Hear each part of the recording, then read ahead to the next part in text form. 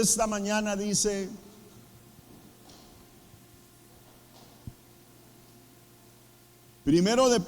segundo de Pedro, capítulo 1, segunda carta o epístola del apóstol, el capítulo 1, es un texto que ya hemos estudiado bastante. Amén. Desde el verso 3: como todas las cosas que pertenecen a la vida y a la piedad nos han sido dadas por su divino poder mediante el conocimiento de aquel que nos llamó por su gloria y excelencia, por medio de las cuales nos ha dado preciosas y grandísimas promesas, para que por ellas llegaseis a ser participantes de la naturaleza divina, habiendo huido de la corrupción que hay en el mundo a causa de las concupiscencias, vosotros también poniendo toda diligencia. Por esto mismo añadid a la fe virtud, a la virtud conocimiento, al conocimiento dominio propio, al dominio propio paciencia, a la paciencia piedad, a la piedad afecto fraternal y al afecto fraternal amor. Porque si estas cosas están en vosotros y abundan, no os dejarán estar ociosos ni sin fruto en cuanto al conocimiento de nuestro Señor Jesucristo. Pero el que no tiene estas cosas tiene la vista corta, muy corta, dice el texto. Es ciego, habiendo olvidado la purificación de sus antiguos pecados. Bendito el nombre del Señor. Por lo cual, hermanos, tanto más procurad hacer firme vuestra vocación y elección, porque haciendo estas cosas no caeréis jamás, porque de esta manera os será otorgada amplia y generosa entrada en el reino eterno de nuestro Señor y Salvador Jesucristo. Amén. ¿Cuántos alaban el nombre de Jesús? Bueno, quiero antes que todo, hermanos, recordarles que el año antepasado, a principios del año, estuvimos hablando de esto de la madurez, y estuvimos mencionando algunos temas y se le hizo un estudio amplio. No sé si alguno lo recuerda, hay hermanos que toman apuntes. A este capítulo se tomó algunas de estas virtudes que menciona aquí el texto y de estas actitudes, y se ampliaron. Pero hoy, con la ayuda del Señor, les dije que íbamos a hablar de 3 aspectos en los cuales se veía o se puede ver el crecimiento. Se dijo ya que uno de esos aspectos estuvimos mencionándolo el jueves, dijimos que es el discernimiento. Y el primer aspecto que tratamos fue que el creyente vive con gozo y contentamiento. Segundo, el creyente tiene la capacidad de discernir lo que es bueno y lo que es malo. Y dijimos que el tercero, ya lo dijimos, que entonces ese creyente es un creyente equilibrado. Un creyente equilibrado. Discúlpeme un momento.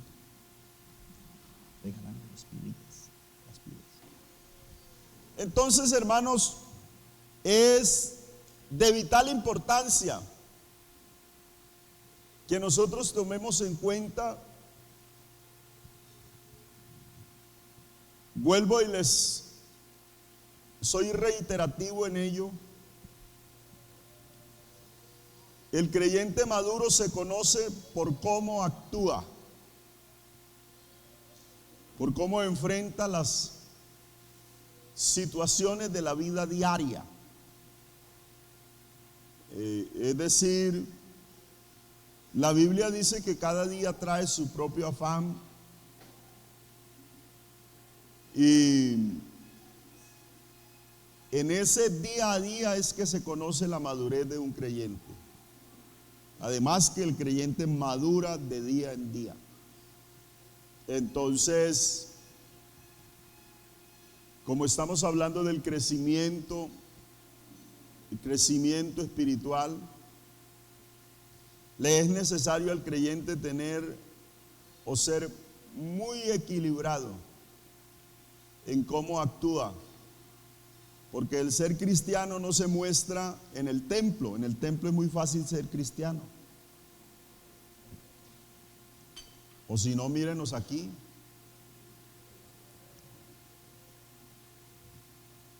No hay uno que mate una mosca. ¿Cierto? Porque aquí es muy fácil ser cristiano. En un templo es muy fácil. Es muy fácil. Pero el desafío está afuera. Allá está el desafío. El apóstol inicia diciendo en ese texto que todas las cosas nos han sido dadas por su divino poder. Todas. Y hermano, yo sí creo que Dios nos lo ha dado todo.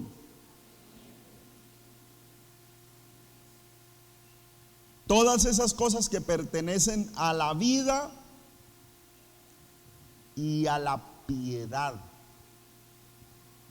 nos han sido dadas por su divino poder. ¿Mediante qué? Mediante el conocimiento del que nos llamó por su gloria y excelencia. Y a través de todas esas cosas que nos han sido dadas, que de alguna manera yo diría que nos comprometen mucho, nos ha dado también promesas para que por ellas lleguemos a ser participantes de la naturaleza divina. Y llegamos a ser participantes de la naturaleza divina cuando aprendemos o tomamos la actitud de huir de la corrupción que hay en el mundo a causa de la concupiscencia. Y entonces dice que se nos ha sido todo dado para huir. La forma de ser fieles es lo que quiere decir el texto. La forma de ser piadosos. Se nos ha dado como las tácticas para poder hacerlo. Pero hay una petición que se hace allí. Dice, vosotros también. Lo otro lo puso Dios a través del Evangelio. Pero dice, vosotros también. El verso 5, poniendo toda diligencia. Toda diligencia. Por esto mismo. ¿Por qué? Porque se nos han sido dadas cosas para triunfar y para ser buenos cristianos. La actitud nuestra es poner toda diligencia. Y añadir a nuestra fe virtud. Entonces mire, el apóstol provee una exposición completa del crecimiento personal. Del crecimiento personal, del creyente en su área espiritual, donde recalca el desarrollo de todas las virtudes esenciales para que el carácter sea completamente integral. Pero dice que Dios nos ha dado todo. O sea, el poder de Dios nos ha suministrado todo a través de su Espíritu. Es decir, tenemos las herramientas, y no solo las herramientas, sino que tenemos esa esperanza en las promesas que Él nos ha dado. Eso yo diría que le facilita la vida al cristiano y le compromete mucho. La base fundamental de eso entonces será la fe, porque es por fe que andamos. No andamos por vista, andamos por fe. La fe es como esa actitud regeneradora y purificadora con la cual escapamos del mundo. A nosotros Dios nos hizo unas promesas tal cual como se le hizo promesas a Abraham. Y claro, nosotros no hemos visto mucho, pero hemos creído en el Señor, le hemos creído a Él. Y tanto que el apóstol Pablo dice, cosa que ojo no vio, ni oído oyó. Y nosotros creemos en las promesas del Señor y por ello estamos aquí. Por la fe estamos aquí. Y esto es olor grato a la presencia del Señor, porque el justo vivirá por fe. Y dice el texto, y si retrocediere no agradará a mi alma. Entonces la fe ciertamente es regeneradora y purificadora, y es como el motor por el cual escapamos del mundo. Y creemos que todas las cosas nos han sido dadas por su divino poder. Se nos ha dado el conocimiento de aquel que nos llamó por su gloria y excelencia. Y por medio de esas cosas hemos recibido sus promesas y hemos llegado a ser participantes de la naturaleza divina. Logramos huir de la corrupción que hay en el mundo a causa de las concupiscencias o de los malos pensamientos que hay en el ser humano. Pero no es solo la fe, porque el texto también dice que sin fe es imposible agradar a Dios. Pero no dice que solo con fe se agrada a Dios, sino que sin la fe es imposible. O sea, la fe es un elemento indispensable, sí, para agradar a Dios. Pero que habrá muchos que aún teniendo fe se pierden, claro que sí. Claro que sí. Porque la fe hace parte de la fidelidad. Y entonces habrá muchos que por infieles se pierden. Pero claro, la fe es la base. Aprendemos a confiar en el Señor, a creer en sus promesas. Solo por fe, y por fe andamos. Pero a la fe le agradamos o le agregamos virtud. Esa palabrita virtud se puede definir como excelencia moral. Entonces a la fe le añadimos una vida moral excelente, una excelencia operativa y eficiente. Lo define otro diccionario. Si el creyente se vuelve complaciente con su estado de pensamiento y se detiene en la marcha de la fe, no produciendo o no teniendo una excelencia moral, seguramente va a fracasar. El apóstol Pablo le dice a los filipenses, el capítulo 3, verso 13, hermanos, yo mismo no pretendo haberlo ya alcanzado, pero una cosa hago, olvidando ciertamente lo que queda atrás, extendiéndome a lo que está delante, prosigo a la meta, al premio del supremo llamamiento de Dios en Cristo Jesús. Así que todos los que somos perfectos, esto mismo sintamos, y si otra cosa sentís, esto también os lo revelará Dios. Pero el texto entonces nos habla del no detenernos, sino de proseguir en esa excelencia moral. Bendito el nombre del Señor Jesús. Sin detenernos en ese funcionamiento y en ese trabajo, porque es posible que si creamos haberlo alcanzado todo, fracasemos en el intento. Entonces, esa excelencia moral, a esa fe le agregamos excelencia moral y una excelencia operativa eficiente, diaria, continua.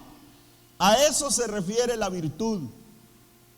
No volvernos complacientes con lo que ya tenemos y con lo que ya somos, sino ir adelante, ir hacia adelante, ir hacia adelante.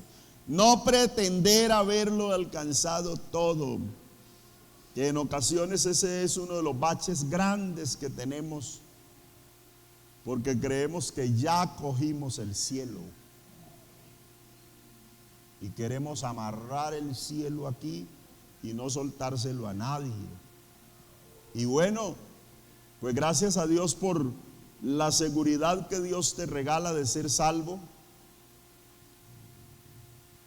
Pero aunque tengamos la salvación, no lo hemos alcanzado todo aún, porque estamos revestidos de un velito allí de carne que se convierte en nuestro enemigo diario si no lo administramos bien, si no tenemos esa virtud de parte de Dios para ser excelentes moralmente. Pero el apóstol le dice que a esa virtud hay que agregarle conocimiento. Conocimiento.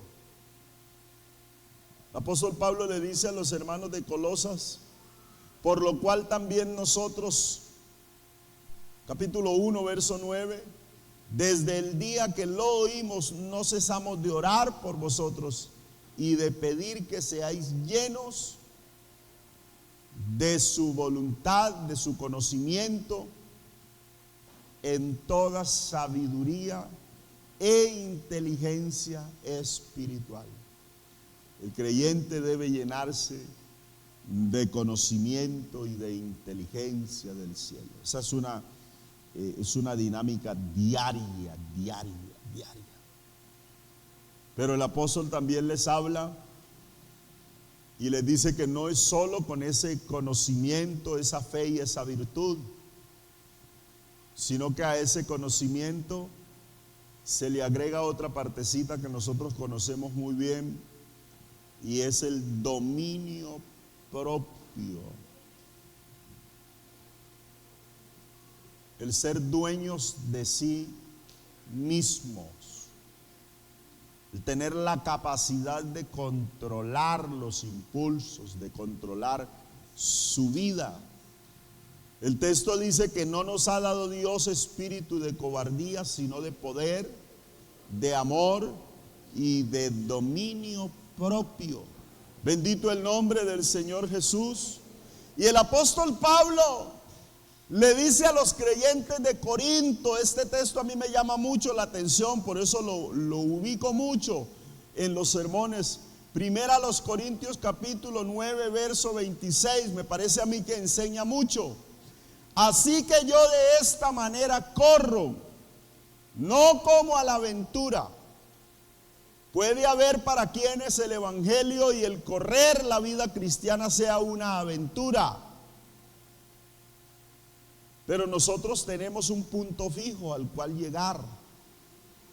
Es decir, Dios nos ha dicho a dónde llegar y cómo llegar. Yo de esta manera peleo, no como quien golpea al aire. Eso es tener dominio propio, saber para dónde voy. Saber que mis golpes no se dan al aire para no desgastarme. Yo sé contra quién estoy luchando y por qué estoy luchando. Entonces no soy como quien golpea al aire y se desgasta golpeando el aire. Mis golpes son certeros y tienen una ruta fija. Y el apóstol dice, golpeo mi cuerpo. Él no está hablando de esos golpes literales, porque seguramente alguien que se flagele y golpee su cuerpo lo trataríamos de loco. Pero el apóstol está diciendo, yo golpeo mi cuerpo y lo pongo en servidumbre. Es decir, le niego a mi cuerpo algunas cosas que él quisiera. No le doy rienda suelta a mi cuerpo. No dejo que mi cuerpo se salga con la suya, sino que lo pongo en servidumbre. No sea que habiendo sido heraldo para otros, yo mismo venga a ser eliminado. Y mire, hermano, a uno le da tristeza cuando escucha a alguien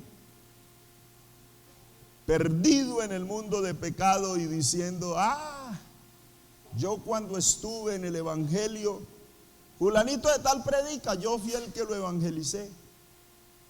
Fulanito de tal, Dios lo usa, pues yo fui el que lo instruí, lo guié a la iglesia, lo llevé a la iglesia.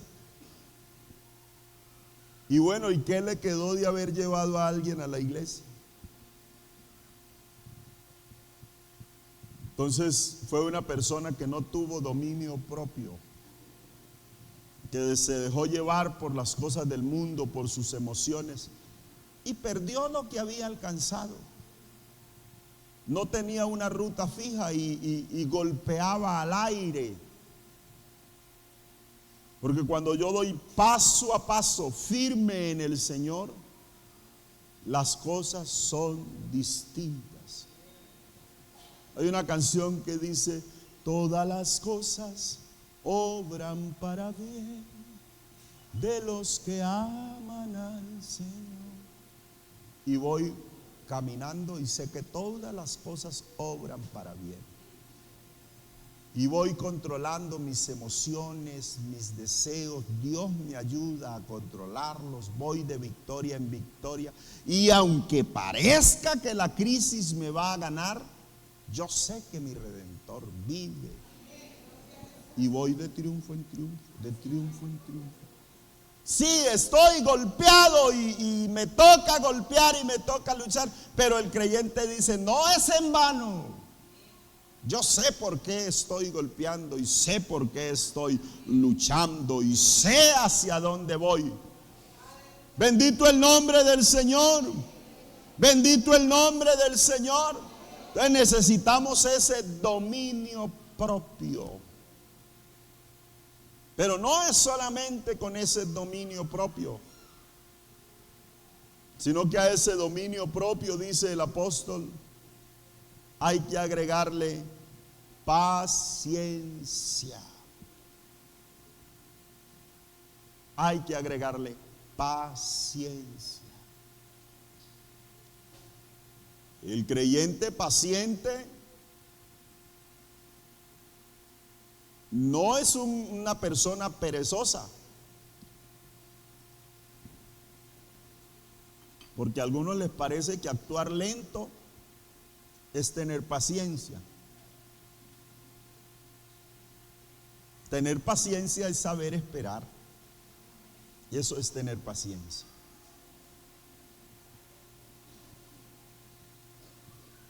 Porque hay quienes son muy lentos pero no saben esperar.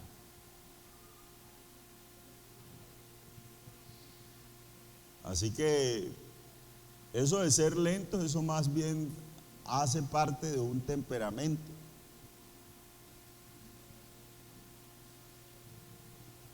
Pero no de una actitud del espíritu.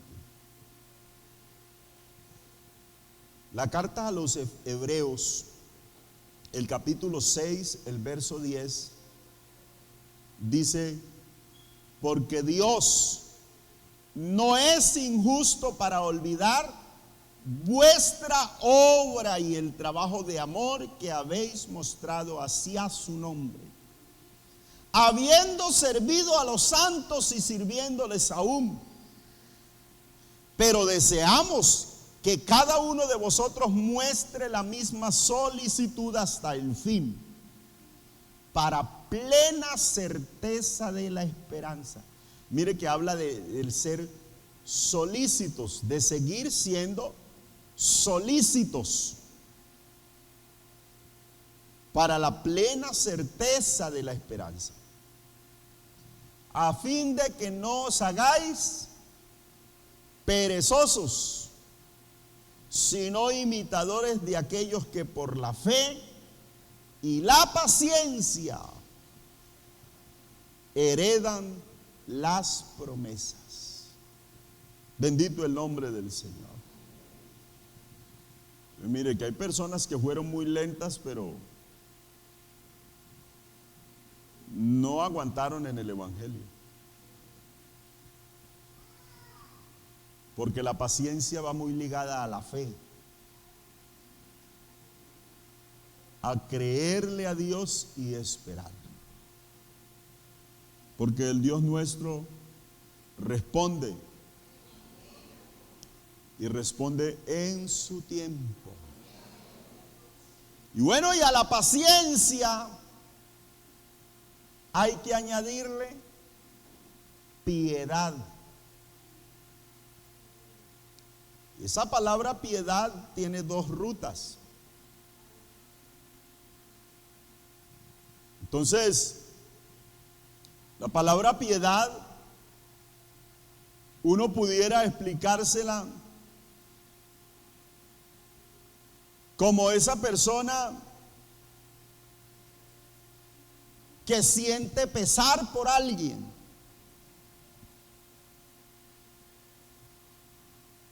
Pero no es de esa paciencia o de esa piedad, perdón, de la que habla especialmente en este punto.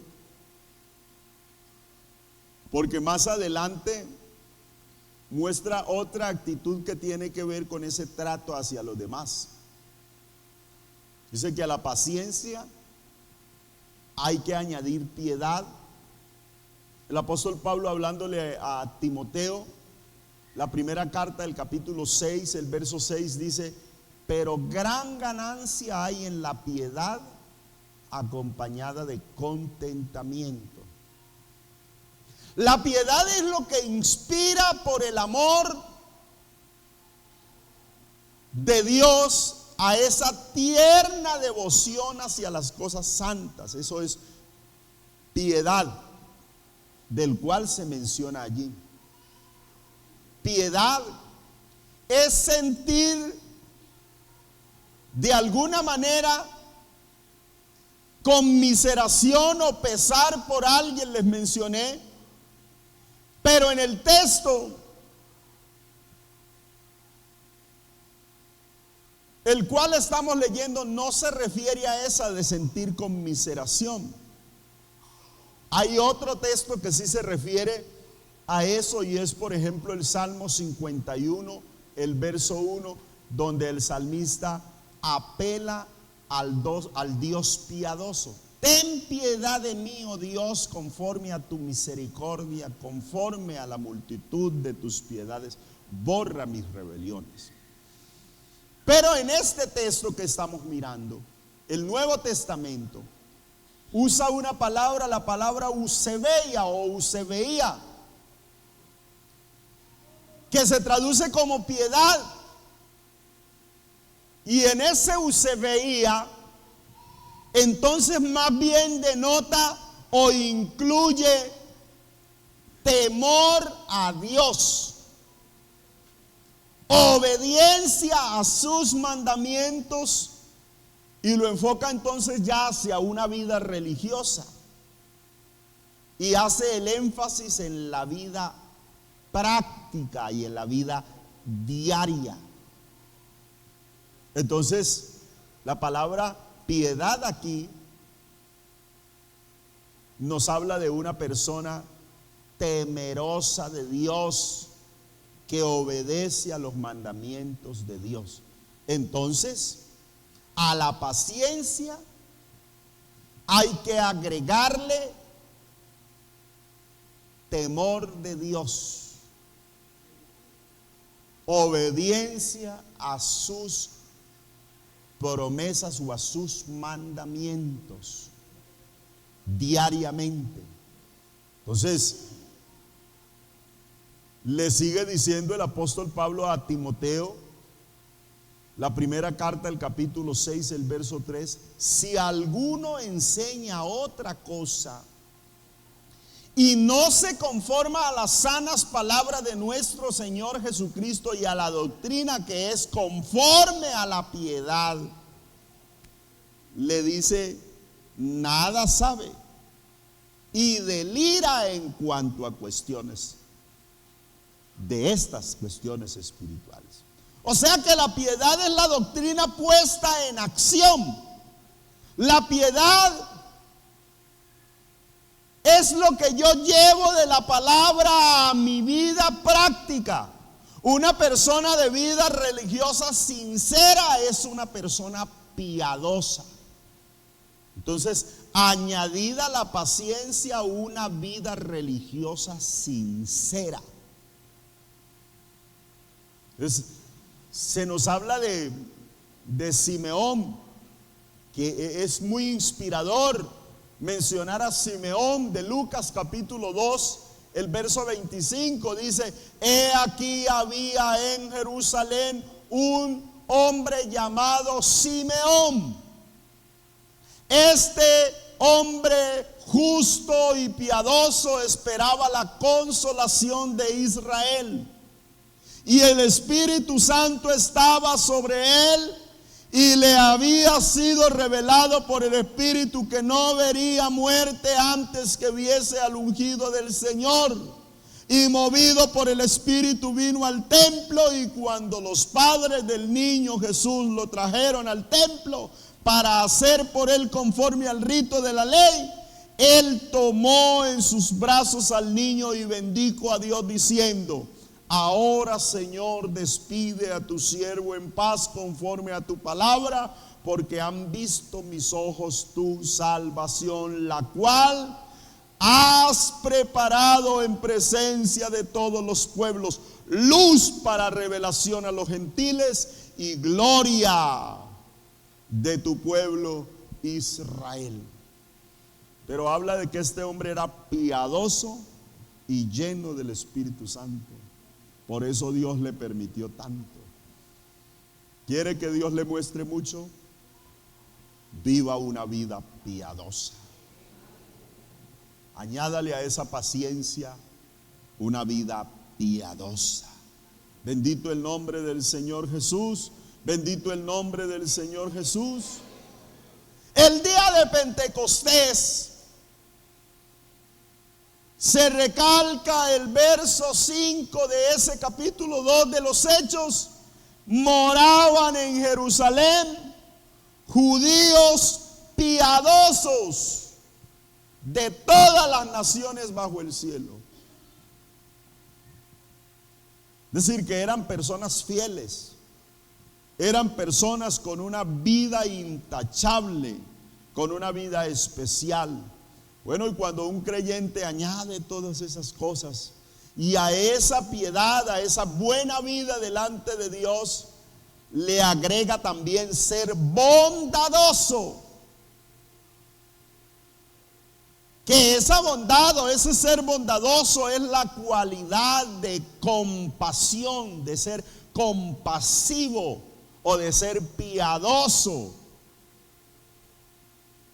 del otro sentido de la piedad, de ser generosos, de ser caritativos con los demás,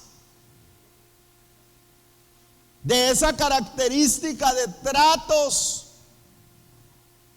que dice la Biblia que Dios tiene para con los débiles y para con los pobres. Esa actitud también es esperada de parte de un creyente que ha alcanzado madurez, que sea una persona bondadosa. La bondad se expresa de los labios de Jesucristo, pero también en la obra de Jesucristo. Bendito el nombre del Señor Jesús. Bendito el nombre del Señor Jesús. El apóstol Pablo pone como ejemplo un texto donde le habla a los creyentes de Filipos, Filipenses 1:7, dice: como me es justo sentir esto de todos vosotros, por cuanto os tengo en el corazón, en mis prisiones y en la defensa y confirmación del evangelio, todos vosotros sois participantes conmigo de la gracia, porque Dios me es testigo de cómo os amo a todos vosotros con el entrañable amor de Jesucristo. Entonces, un creyente que ha madurado es un creyente bondadoso, que lo que siente es amar a su semejante. Bendito el nombre del Señor, con un amor entrañable. Eso hará que haya cariño sincero hacia los demás. A eso se refiere la palabra bondad. Pero no es solo eso. A la bondad hay que agregarle amor. Ese amor cristiano. Porque quiero decirle algo acerca del amor. Estaba meditando y por ahí buscando unas definiciones. Porque no es de todos el amor. No es de todos. El amor es una virtud cristiana. Es una virtud cristiana. El amor es esa bondad hermanable. Yo logro de verdad amar a mi semejante. Eso se escapa de la comprensión humana.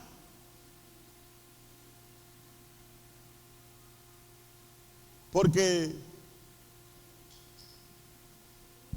en el amor que expresamos hacia las personas más cercanas,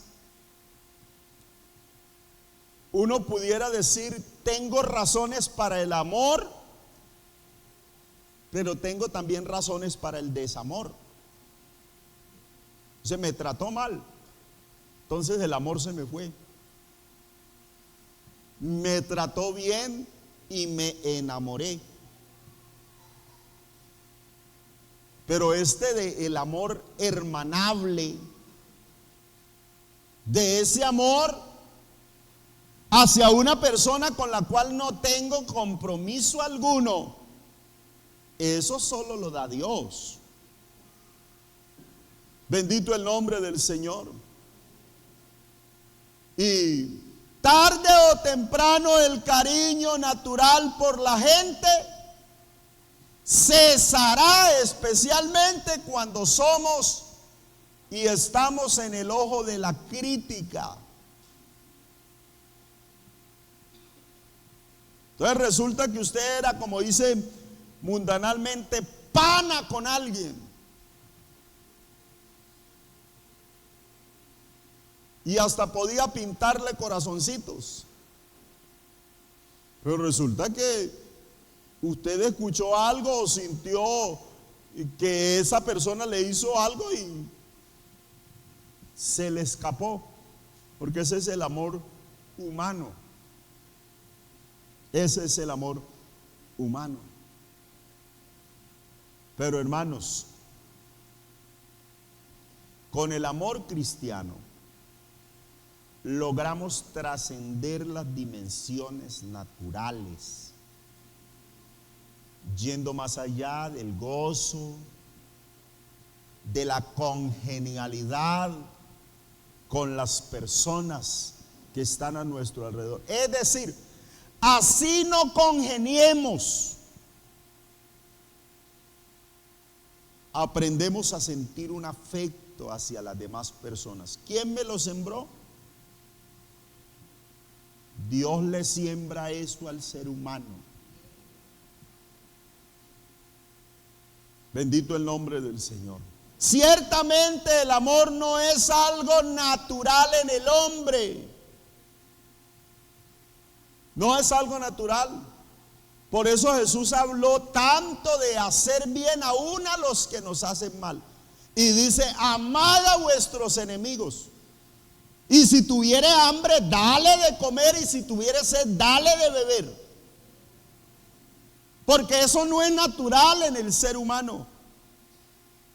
Antes el ser humano espera es sentirse y congraciarse con alguien para poder abrir la puerta del corazón. Ciertamente el amor no es algo natural en el hombre.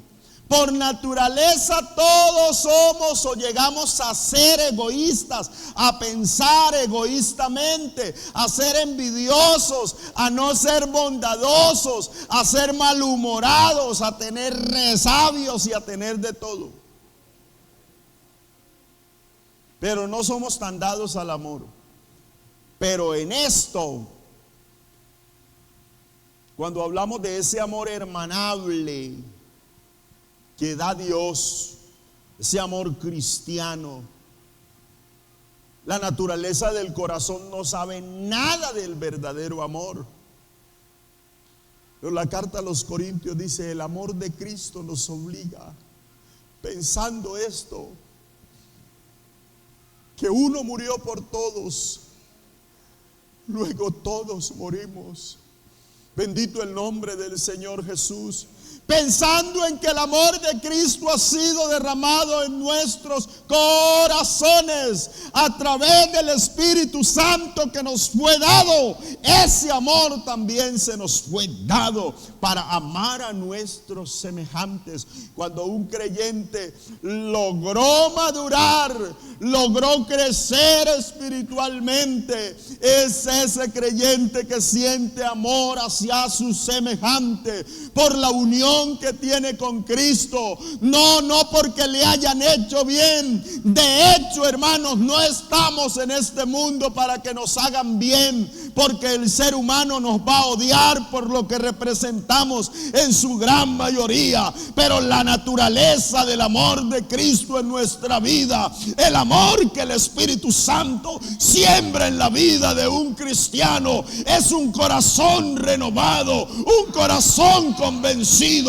que no importa lo pecaminoso, lo egoísta, lo angustioso y la vida desastrosa que te planteen, tú debes amar a tu semejante, porque de parte de él se siembra el amor.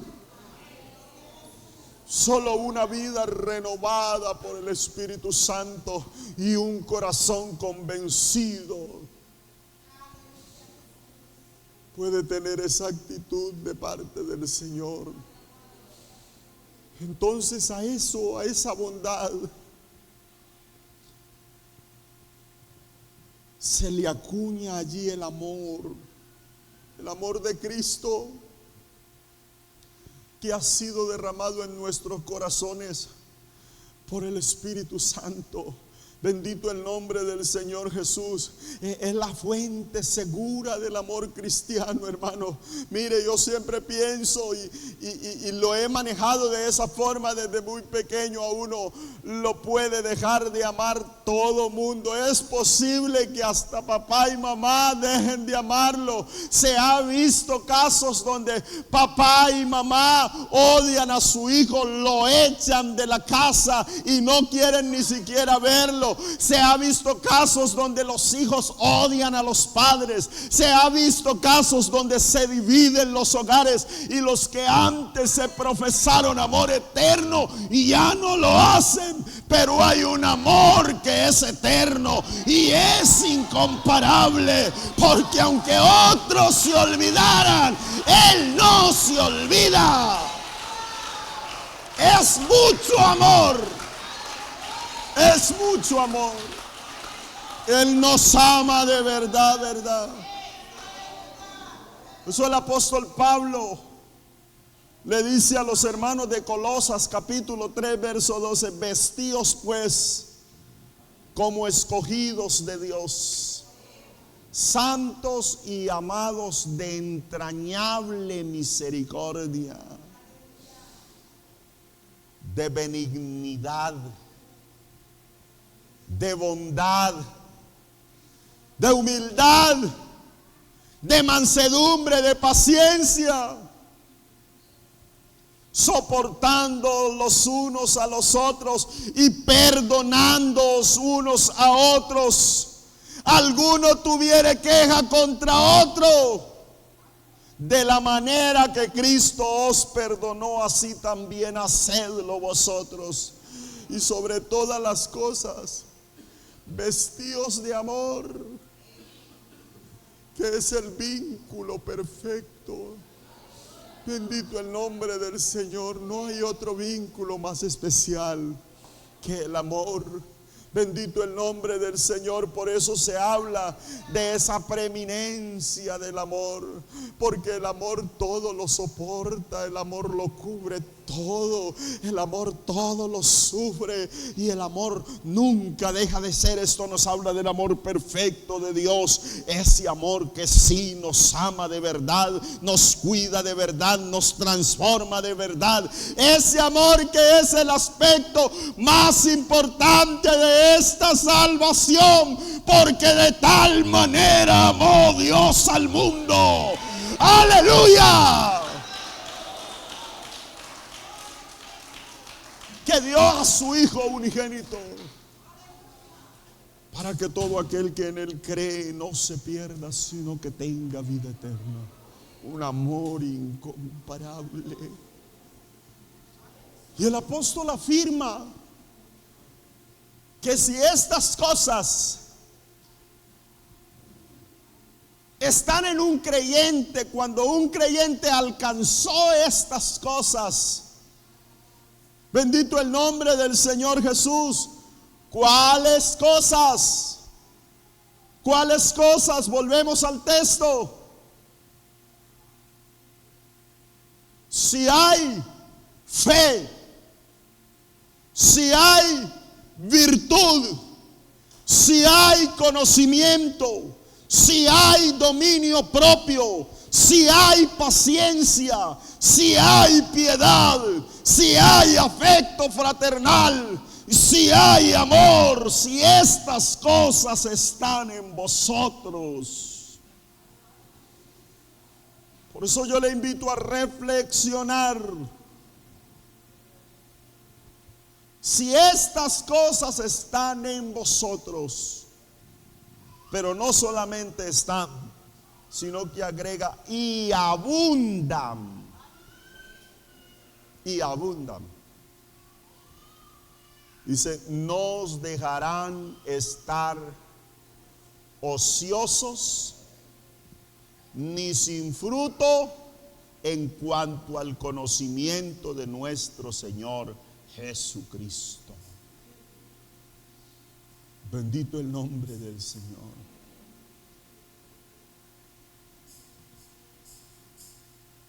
Ese texto nos puede llevar a definir muchas cosas en nuestra vida.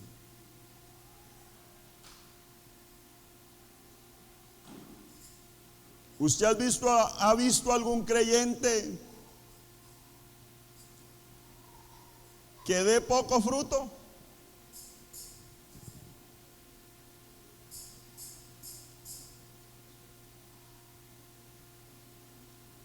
¿Ha visto algún creyente que viva una vida ociosa? Llevémoslo al plano espiritual, que no se ocupe en su vida espiritual, que le interese poco lo que pasa con su vida espiritual.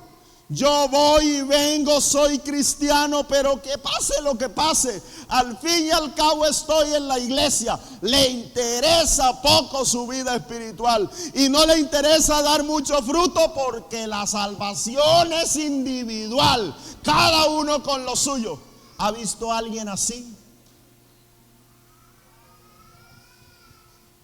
Seguramente le falta madurar, le falta crecer, y le falta esas actitudes en su vida.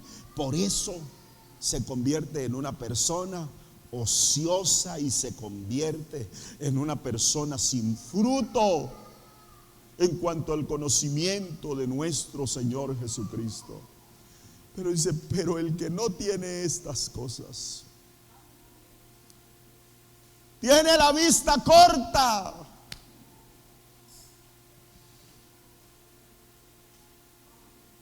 es ciego.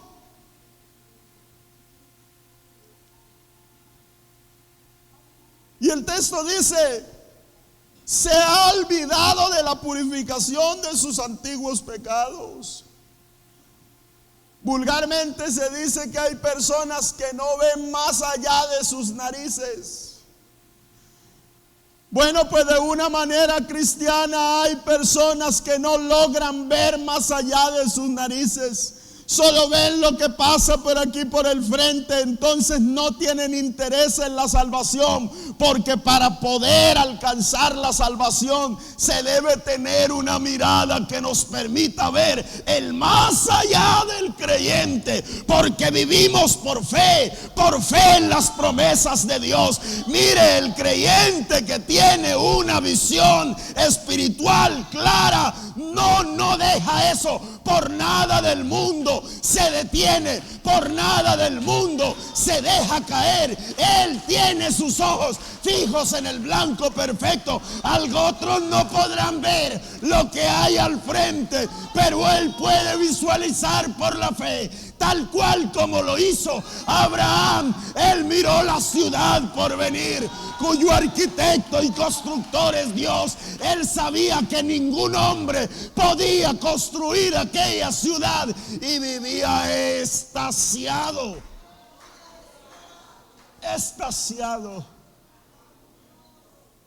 Escuché de un predicador que Abraham se levantaba y miraba entonces como por un telescopio a la mucha distancia. Podía empezar a visualizar. Los ojos de la fe le permitían ver la ciudad cuyo arquitecto y constructor es Dios. Y por eso, hermano, no decayó.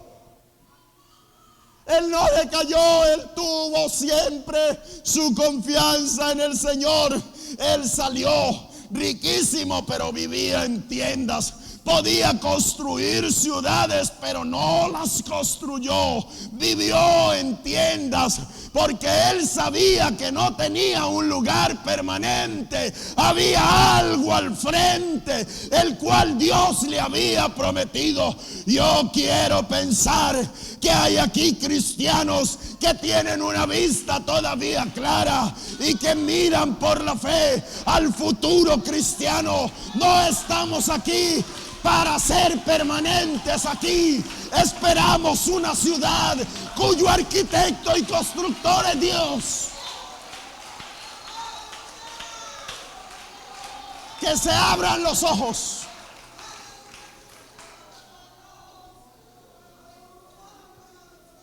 Bueno, el creyente que tiene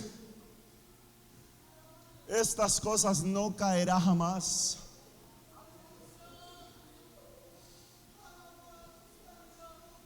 Y hay creyentes que han ido abundando.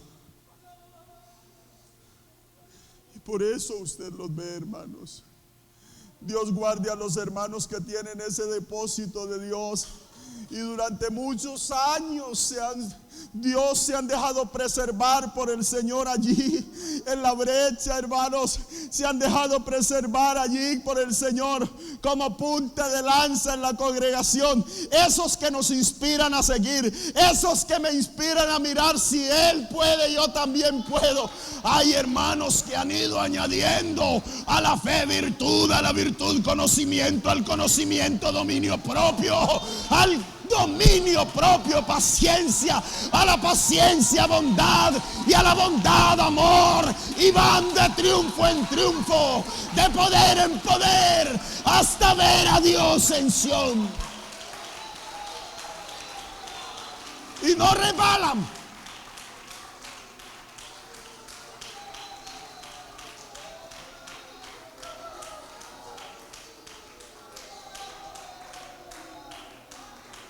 Si se dejan mantener del Señor, no caerán jamás.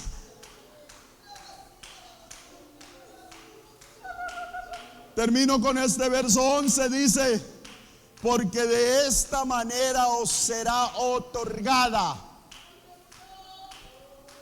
amplia y generosa entrada en el reino de nuestro gran Dios y Salvador Jesucristo. Yo quiero invitarle a crecer, a crecer, a crecer. Mira, hermano, los brazos de Cristo se abrieron para nosotros. Tú que estás nuevo en la iglesia, estás aquí porque Cristo te abrió los brazos de la manera que nadie en la vida te había abierto los brazos. Y te dio un abrazo que nadie jamás en la vida te había dado tal abrazo. Pero ese mismo Cristo te lleva de triunfo en triunfo, de poder en poder, de poder en poder.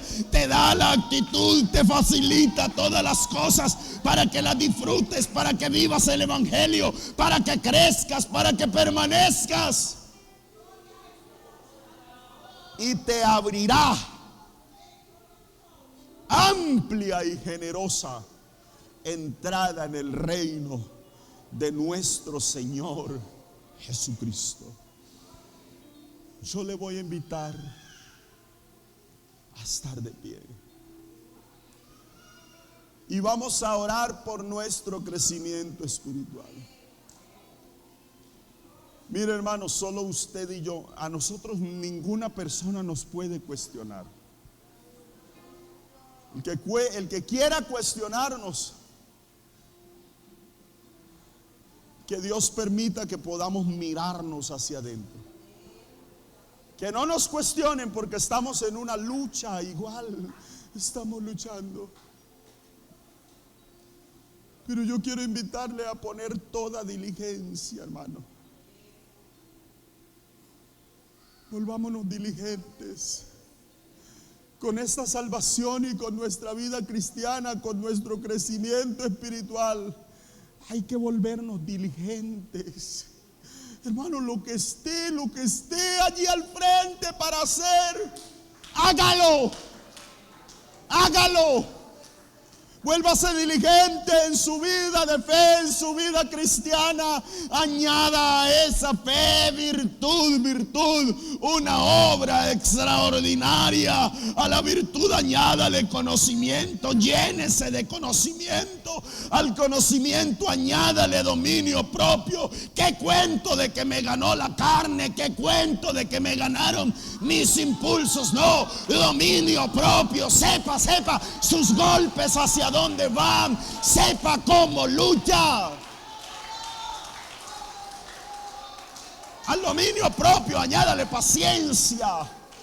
y a la paciencia piedad, y a la piedad afecto fraternal, y al afecto fraternal amor. Yo quiero invitarles para que hagamos una oración muy especial. Usted y yo sabemos en qué nivel estamos y hasta dónde posiblemente nos alcance. Yo quiero invitarles, si alguno de estos textos le ha llevado a reflexionar, yo quiero orar a su favor.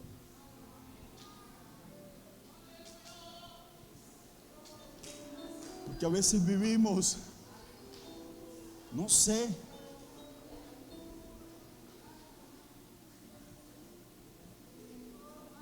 una vida como sin mucho interés. Pero tenga en cuenta que todo ha sido dado por su divino poder. Todo.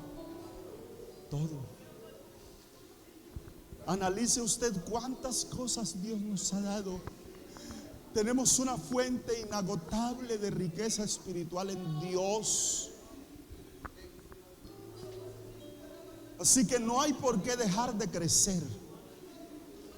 Bendito el nombre del Señor. A los niños se les atrofia el crecimiento por alguna situación irregular o porque no se les suministra la alimentación necesaria. Pues Dios lo ha puesto todo para que crezcas.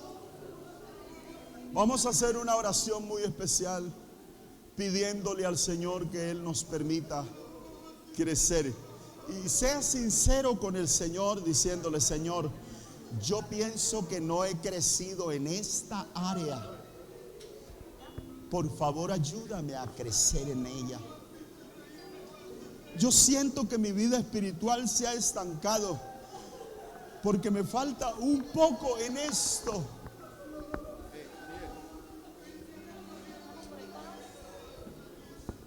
Yo en esta hora te digo en el nombre de Jesús,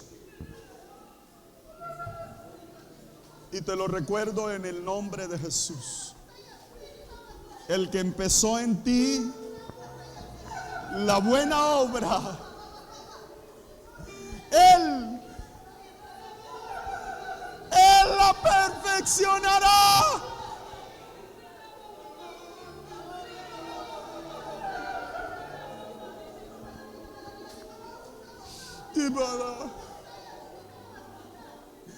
Ayúdanos a crecer. Si el maligno ha querido estancarnos el crecimiento, todo el tiempo quiere poner obstáculos, todo el tiempo quiere estancar el crecimiento. Pero en el nombre de Jesús, Señor, permite que estos hermanos que hoy tienen ese clamor ante tu presencia, tan sinceramente, sabiéndose de una necesidad espiritual, te ruego por favor hayan vidas restauradas hoy, y tú acotes, aportes y permitas el desarrollo en la vida cristiana de esas virtudes de las cuales algunos con tanta sinceridad podemos decir: Señor, me falta en esto. Por favor, Señor, permítenos crecer. Te lo rogamos en el nombre de Jesús. Yo quiero más de ti.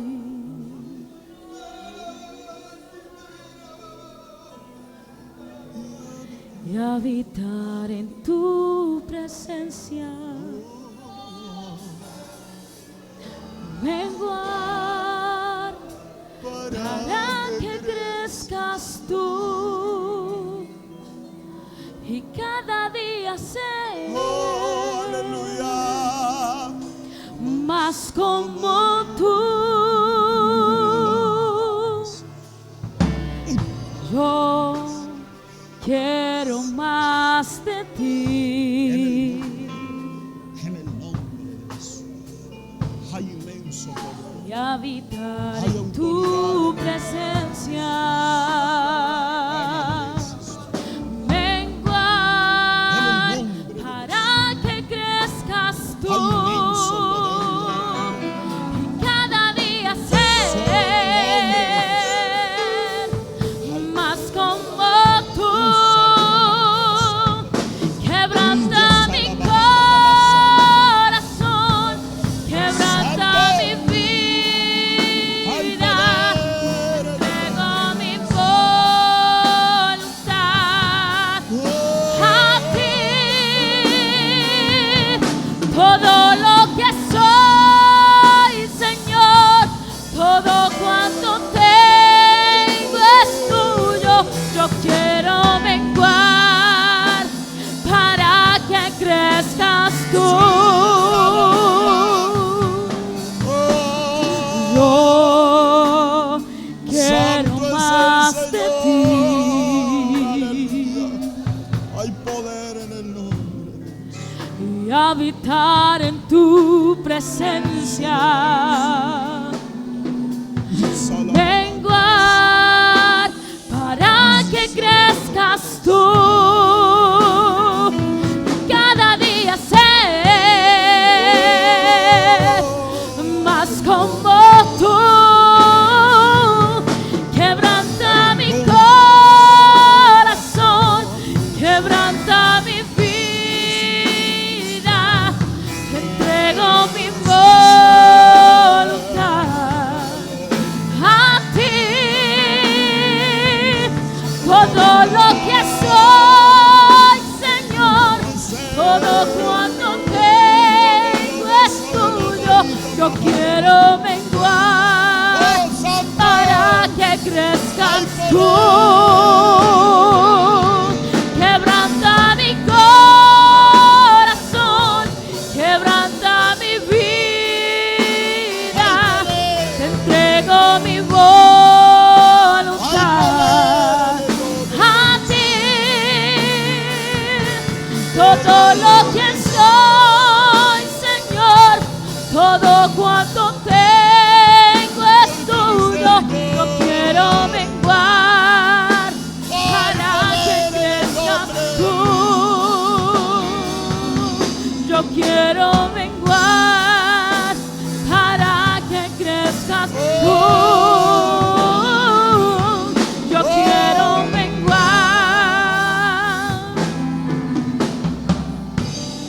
para que crezcas tú.